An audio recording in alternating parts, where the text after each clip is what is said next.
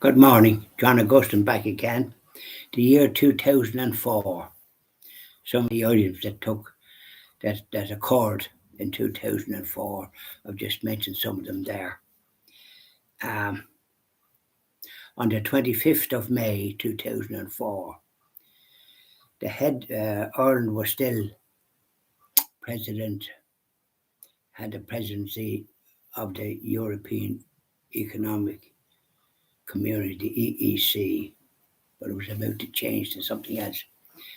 The heads of government celebrated, premature I think, when 10 new members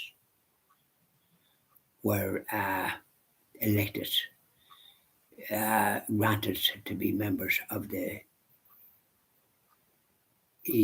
European Union. So it overstretched itself. There could have been associate members and keep what was founded by Konrad Adenauer, the German Chancellor or German President, and France, Catholic countries. And it was God was central to its success, which it was successful. But other ones started interfering with the original. Ireland, Britain, and I think it was the Netherlands, or maybe it was Spain, became members in 1972. Now, and Spain, because it became a democracy, but when it was a one-party state, it wouldn't be allowed. So they celebrated, but I think it was premature, quite frankly. Yeah. And then it says on the 18th of May, 2004, Claire O'Leary, she became the first woman to reach the top, became the first woman, or was it Irish woman, to reach the top of Mount Everest. That's a great achievement. Joking up those mountains. A lot of people lost their lives trying to climb that mountain and other mountains as well.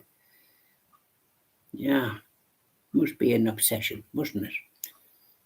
I'm not too keen on going up mountains and or going up hills, too many hills. Even when I was young, it was full of hills. I wasn't too keen on that. We were going up hills all the time, and I had an uncle, or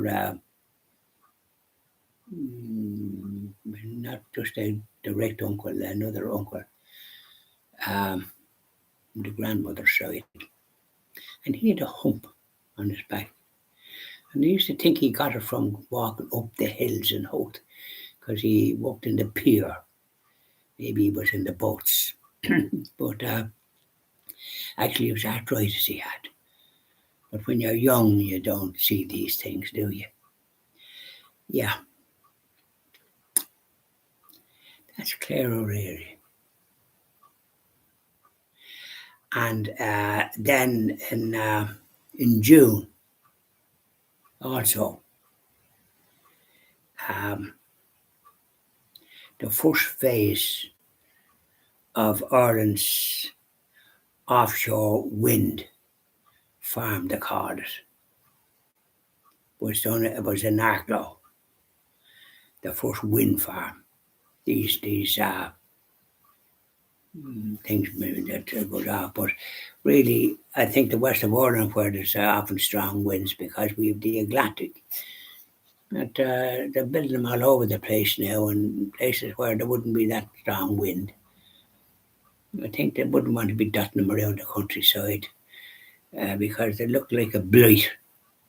And anybody living beside them doesn't, because they kill birds were flying around like that. And so they have defects. And then if the wind isn't blowing, then I think that they don't twirl around or whatever they do. And it costs a lot of time and effort to install them. And then people get money. So I don't know what to make of it. I personally don't like them. I think the rivers are the place where Don't forget the first electricity business was in Ardnacrusha down in Clare, I think, where the Siemens Schuckert German crowd put the Ardnacrusha, and that provided the first electricity. I once had electricity with their own system, some companies and that, before it was actually more widespread. And there was a thing then called rural electrification. And it went about, there was electricity in Boyle County Roscommon up to 1960 run by Stewarts of Boyle. And they had an electrician, a fellow called Matty Moe. You often see him up on telegraph poles fixing the wires because there was often the current could vary there. So, particularly in the winter time when you were at confession, I always seem to remember the flickering light because we flickered. So these are things, but it was there. I think it was the longest independent provider of electricity in Ireland, Stewarts of Boyle. It's a little record, isn't it? Be proud to have it. I grew up in Boyle, so I'll be familiar with all these things.